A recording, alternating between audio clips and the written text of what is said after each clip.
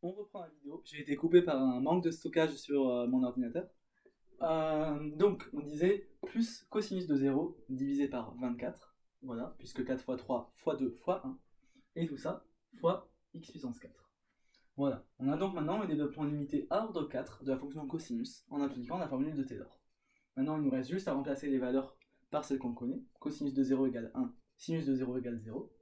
Et donc finalement, ça nous fait que le développement limité à ordre 4 de la fonction cosinus x, c'est égal à 1 moins 0, parce que sinus de 0 fois x, moins x carré sur 2, parce que cos de 0 est égal à 1, plus sinus de 0 sur 6, donc plus 0 fois x au cube, plus cos de 0, encore une fois 1, donc x puissance 4 sur 24. Voilà ce qu'on trouve comme développement limité à ordre 4 de la fonction cosinus. Maintenant, on va faire pareil, mais en utilisant le fait que la fonction cosinus est la dérivée de la fonction sinus. Donc on va reprendre le développement limité de la fonction sinus qu'on avait avant, et on va la dériver et utiliser cette propriété-là. Et normalement, on devrait retrouver la même chose que ce qu'on a ici.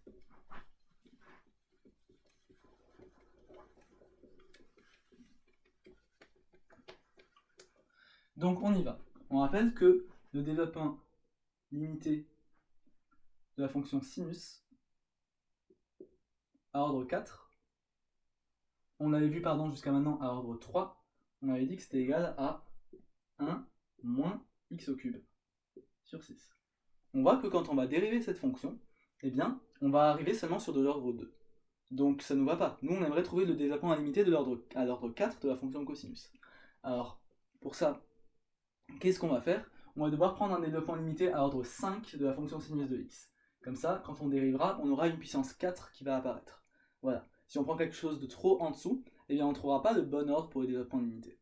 Donc, on peut prendre le mieux, le minimum à prendre, c'est le développement limité à ordre 5. Voilà. Donc, on a que ça vaut 1 moins x au cube sur 6 plus x puissance 5 sur 5 factoriel. 5 factoriel que je ne sais pas calculer. Donc, je vais écrire que c'est 5 fois 4 fois 3 fois 2 fois 1. Je vais juste écrire que c'est égal à 5 fois 24, du coup. Puisqu'on sait que 4 factoriel, c'est 4 fois 3 fois 2 fois 1, ça fait 24. Voilà. Ce dernier terme, vous pouvez le retrouver en continuant à appliquer la formule de Taylor. C'est-à-dire en trouvant que la dérivée cinquième de sinus, ça va être égal à 1. Et ensuite, on écrit le 5 factoriel et le x puissance 5. Voilà. Maintenant, on va dériver ça. dl' de sinus de x à ordre 5.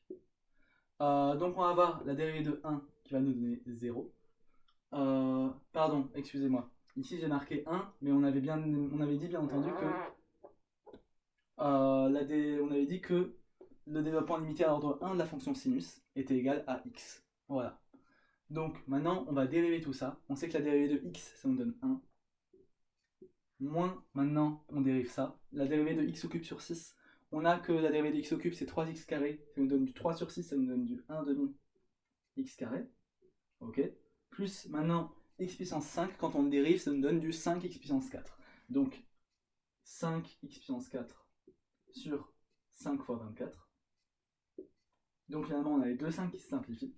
Et là, si vous vous rappelez ou que vous l'avez noté tout à l'heure, ou bien que vous voulez revenir en arrière de cette vidéo, on a retrouvé exactement le même développement limité que quand on avait calculé le cosinus directement. Voilà. Je rappelle juste par rapport aux ordres, ici, on s'est mis à l'ordre 5 parce qu'on savait qu'en dérivant, on aurait de l'ordre 4. Et nous, on avait envie d'avoir un dl à l'ordre 4 si on avait, à la fin. Si on s'était mis en dessous, donc un développement limité à l'ordre 4 ou à l'ordre 3 par exemple, eh bien, on aurait eu un développement limité trop faible. On n'aurait pas eu des puissances assez grandes.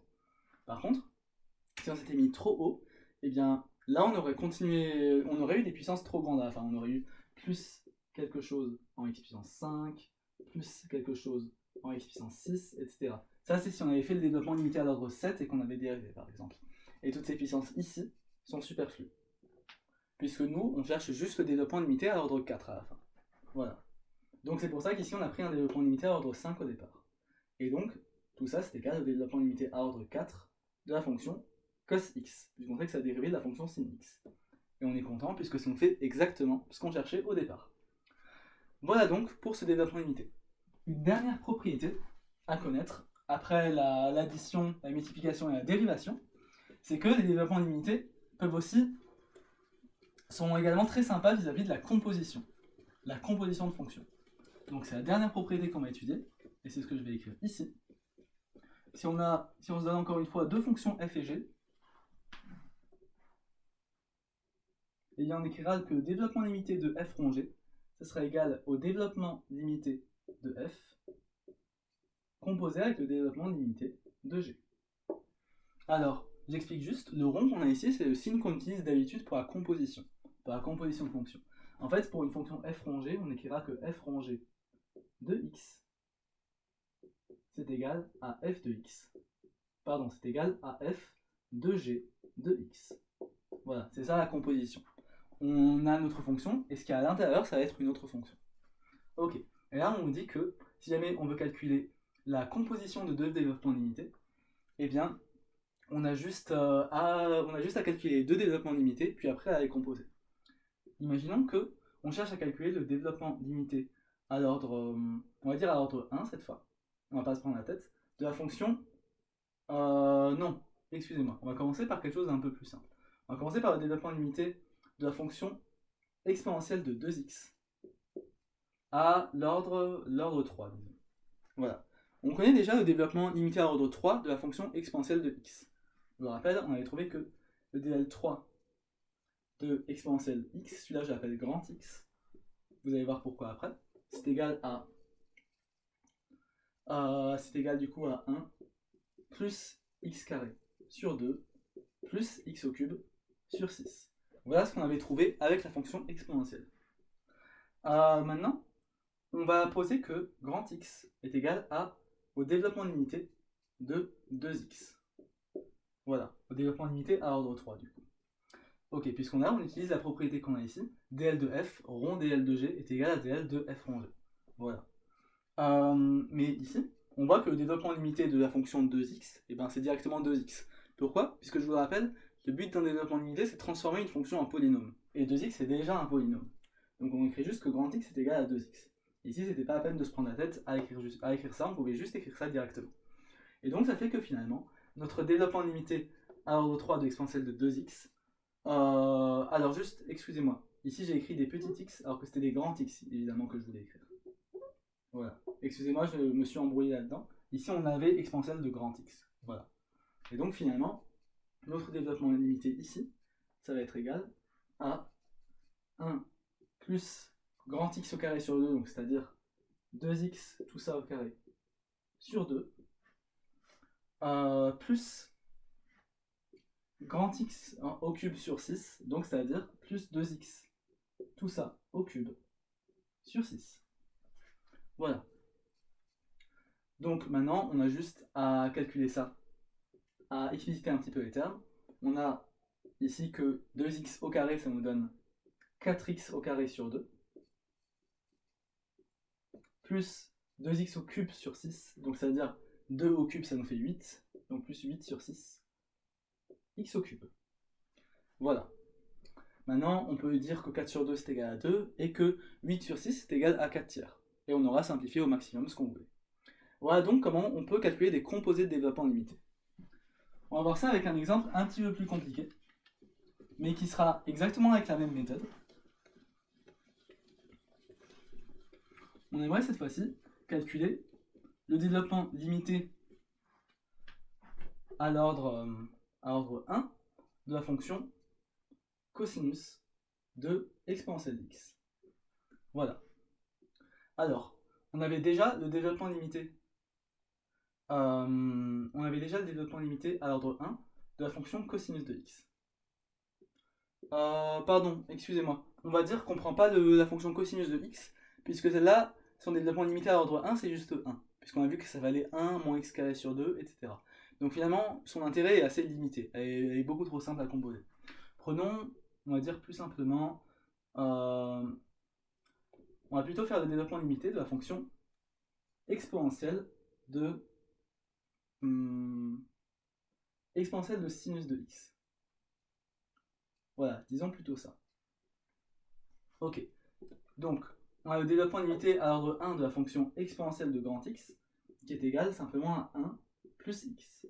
Voilà, je vous rappelle, formule de Taylor, 1 plus X carré sur 2, plus X au cube sur 6, etc. Et on a le développement limité à l'ordre 1 de la fonction sin X, qui est égal à quoi? Qui est égal simplement à X. Je vous rappelle que sinus de X est égal à X moins X au cube sur 6, plus X puissance 4 sur 24, etc. À l'ordre 1, il n'y a que le terme en X qui nous intéresse. Et donc finalement, on va écrire que... Alors excusez-moi ici, encore une fois, je me suis trompé avec un grand X. C'est un grand X qu'il fallait mettre ici. Et donc, on va simplement écrire que, en posant grand X est égal à dl1 de sinus X et qui donc est égal à X, eh bien, notre fonction dl1 exponentielle de sinus X, ça va juste être égal à 1 plus petit x. Voilà, on a remplacé le grand X par un petit x. Voilà. Donc ça, c'est comme ça qu'on calcule le développement limité d'une composée de fonctions.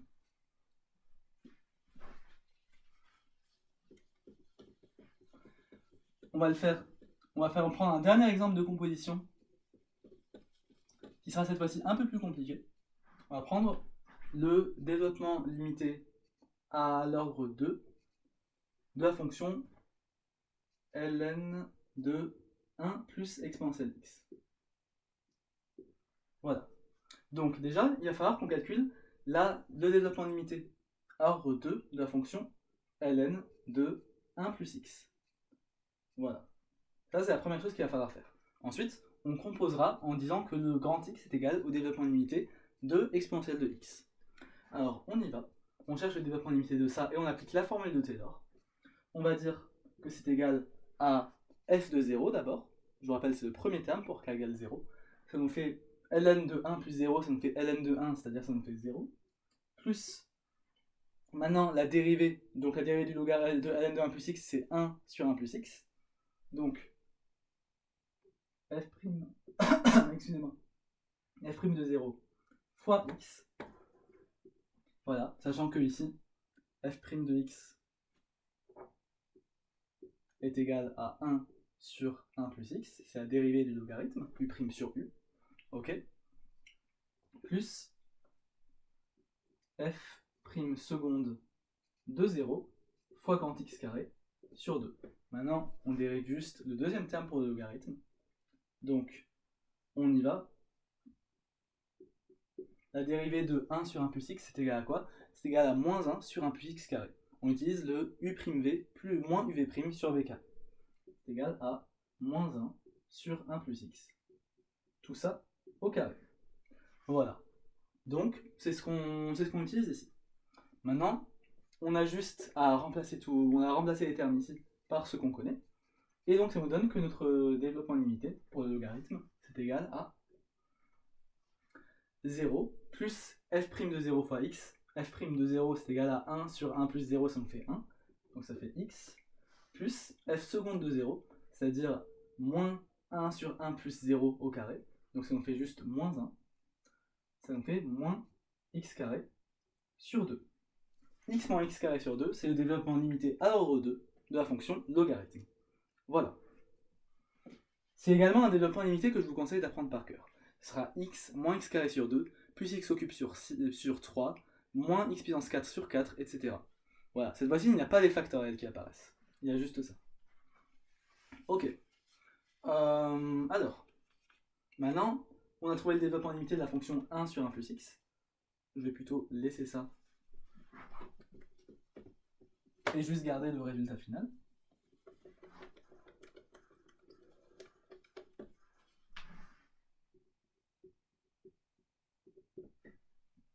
Voilà. Maintenant, nous, ce qu'on veut, c'est le développement limité à l'ordre de ln de 1 plus exponentielle x. Donc, on va poser que grand X est égal au développement limité à ordre 2 de exponentielle x. C'est-à-dire que c'est égal à... on avait dit que ça valait 1 plus x carré sur 2. Voilà. Donc maintenant, on a juste à faire rentrer ça à l'intérieur. Et donc on va dire que notre développement limité à ordre 2, ça va être égal à grand X, donc ça veut dire ça, 1 plus x carré sur 2, moins grand X carré sur 2. Ah, et on avait dit que grand X, c'était égal à quoi? C'était égal à ce truc-là. Donc moins 1 plus x carré sur 2, tout ça au carré sur 2. Voilà, ça c'est donc notre développement limité. Maintenant, la seule chose qu'il nous reste à faire, ça va être de calculer le produit de tout ça. Alors, on va faire ça très rapidement. C'est un petit peu calculatoire, mais on sait faire.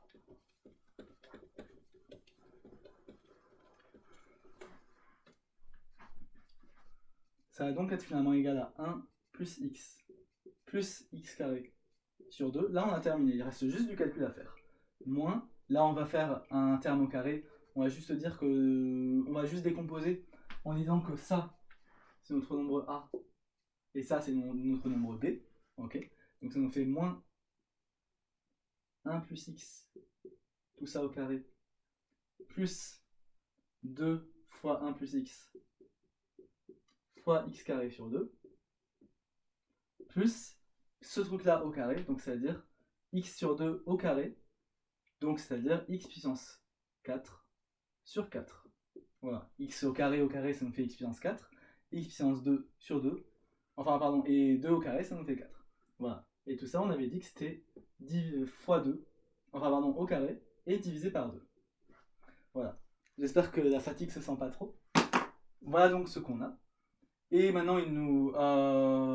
Excusez-moi, j'ai mis au carré, mais c'était plus au carré justement. On a développé le carré qu'on a ici. Bon, je pense que la fatigue se sent vraiment du coup. Voilà donc ce qu'on avait. Première remarque. Enfin, et là maintenant, le truc qu'on devrait faire, ça serait de calculer tous ces développements limités, enfin de encore développer ce produit-là. Mais on remarque qu'on n'en a pas besoin. On cherche juste le développement limité à l'ordre 2. Et ici, on va avoir du x puissance 4 sur 4. Donc ça va s'enlever. Et ici, on va avoir du x fois x carré sur 2, ça va nous donner du x au cube. Donc celui-là aussi sera en trop dans notre développement limité. Okay. Donc ici, il va juste avoir le 1 plus le 1 fois x carré sur 2 qui va compter. Donc finalement, notre développement limité, avec un dernier calcul, ça va être égal à 1 plus x carré sur 2, moins 1 demi. Le 1 demi vient du moins 1 sur 2 qu'on avait ici. Voilà, c'était juste le trait de fraction qu'on avait là. Fois 1 plus x carré, ça nous fait 1 plus 2x plus x carré, plus 2 fois x carré sur 2, donc ça nous fait juste plus x carré. Voilà, on n'oublie pas que tout ça c'était à l'intérieur de la parenthèse. Voilà, la collade que j'ai faite c'est juste une grande parenthèse. Ok. Et finalement, qu'est-ce qu'il nous reste à faire maintenant? Eh bien, il nous resterait juste à distribuer tout ça et à faire la somme de tout ça. Comme j'ai plus beaucoup de place sur le tableau et qu'on a terminé tous les développements compliqués, je vous laisse terminer ça de votre côté. Voilà, on a terminé tout ce qu'il y avait à savoir sur les développements limités. Donc je rappelle, un développement limité, c'est une approximation d'une fonction par un polynôme. On peut aller jusqu'à l'ordre qu'on veut. Plus on monte dans l'ordre, plus le calcul va être fastidieux, mais plus notre approximation sera précise. Et il y a 4 propriétés importantes des développements limités, c'est qu'on peut les additionner, les multiplier, les dériver et les composer. C'est ce qu'on vient de voir ici. On peut donc utiliser ces 4 propriétés pour calculer nos développements limités, n'importe lesquels, à partir des quelques développements limités usuels qu'on aura appris par cœur, que je vous conseille, qui sont cosinus, sinus, logarithme et exponentielle. Et puis, on peut aussi les calculer en utilisant directement la formule de Taylor, qui, je vous le rappelle, c'est la somme des dérivés km de 0 fois x puissance k sur k factoriel. On peut utiliser ces deux propriétés-là. Dernière chose que j'ai envie de dire à propos des développements limités, c'est ce qu'on appelle la formule de Taylor générale. Jusqu'à maintenant, on a trouvé les développements limités seulement en 0, seulement pour une fonction qui était proche de 0. Maintenant, on veut voir comment est-ce qu'on peut faire des approximations pour une fonction qui n'est pas... alors qu'on n'a pas envie de se rapprocher de 0. Imaginons qu'on on se balade lors du calcul d'une fonction, pas autour de 0, mais autour d'un certain point A. Et bien à ce moment-là, on écrira que le dl à l'ordre n en un point A de notre fonction f, ça va être égal à du coup à la somme de k égale 0 jusqu'à n, comme avant, des dérivés km en A sur les k factoriels fois x moins a à la puissance k. Voilà, ça c'est la formule générale, et si on remplace a par 0, on retrouve exactement la formule de Taylor qu'on a utilisée jusqu'à maintenant.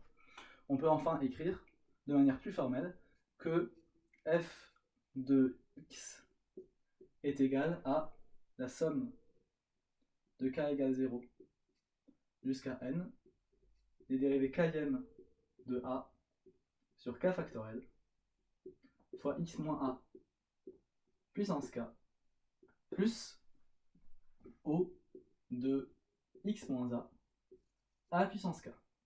Pardon, à la puissance n, je voulais dire, à la fin. Voilà, en rappelant que cette fonction qu'on a ici, c'est le reste de notre fonction. Voilà, c'est les deux façons d'écrire les développements limités, et on en a terminé sur ce chapitre.